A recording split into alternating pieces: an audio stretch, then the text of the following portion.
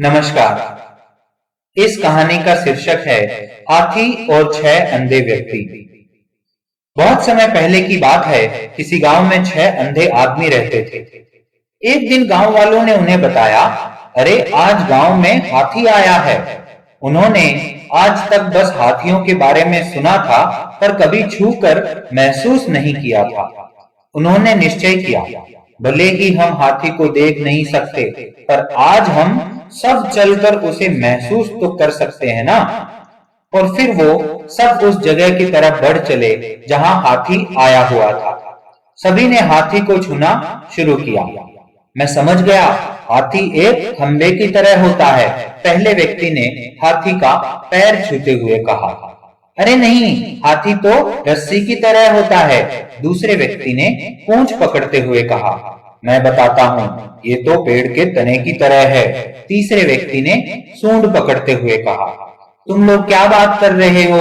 हाथी एक बड़े हाथ के पंखे की तरह होता है, चौथे व्यक्ति ने कान छूते हुए सभी को समझाया।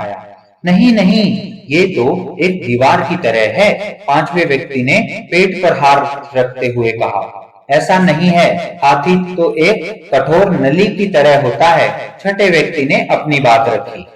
और फिर सभी आपस में बहस करने लगे और खुद को सही साबित करने में लग गए। उनकी बहस तेज होती गई और ऐसा लगने लगा मानो वो आपस में लड़ ही पड़ेंगे।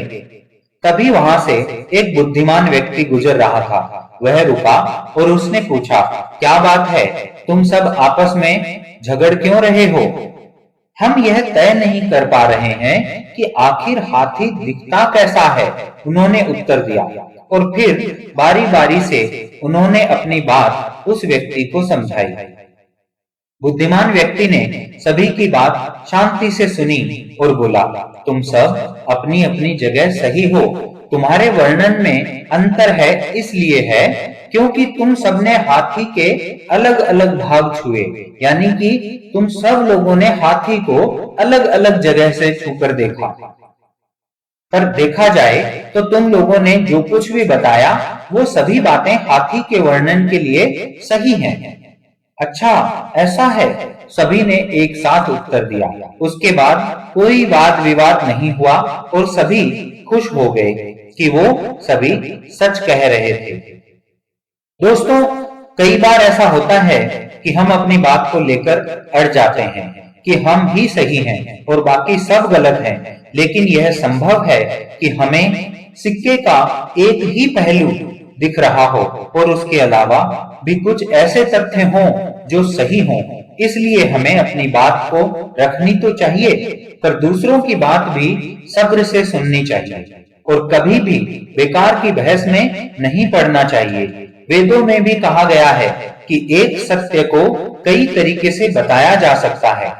तो जब अगली बार आप ऐसी किसी बहस में पड़ें तो याद कर लीजिएगा कि कहीं ऐसा तो नहीं है कि आप हाथ में सिर्फ पूंछ पकड़ रहे हैं या फिर पैर पकड़ रहे हैं या कोई और हिस्सा।